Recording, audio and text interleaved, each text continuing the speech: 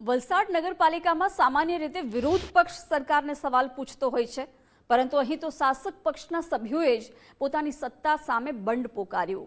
Budget રજૂ કરવા માટે બોલાવવામાં આવેલી ખાસ સામાન્ય સભામાં વિકાસના કામોના મુદ્દે ભારે હોબાળો થયો। શહેરના રોડ, રસ્તા, ગટર અને કચરાના નિકાલ જેવી પાયાની સુવિધાઓ ન મળતી હોવાના આક્ષેપ ભાજપના સભ્યોએ કર્યા। આ રાજકીય ઘમાસાણ વચ્ચે વોટર વર્કર્સ કમિટીના ચેરમેન અમિત દેસાઈએ અચાનક જ રાજીનામું આપી દેતા ખળભળાટ મચ્યો। જો કે અમિત દેસાઈએ અંગત કારણોસર રાજીનામું આપ્યું હોવાનું ચર્ચાઈ રહ્યું છે, પણ ગણગણાટ એવો પણ છે કે પાલિકામાં કામો ન થતા હોવાથી તેઓ નારાજ હતા। બીજી તરફ જ્યારે પાલિકા પ્રમુખ માલતીબેન ટંડેલને આ આંતરિક વિખવાદ અને કામો અંગે મીડિયાએ સવાલ પૂછ્યા ત્યારે તેઓ કોઈ પણ જવાબ આપ્યા વગર ત્યાંથી નીકળી ગયા। બજેટ જેવી મહત્વની સભામાં ચર્ચાને બદલે માત્ર હોબાળો જ જોવા મળતા વલસાડના શહેરીજનોમાં પણ ભારે નારાજગી જોવા મળી છે।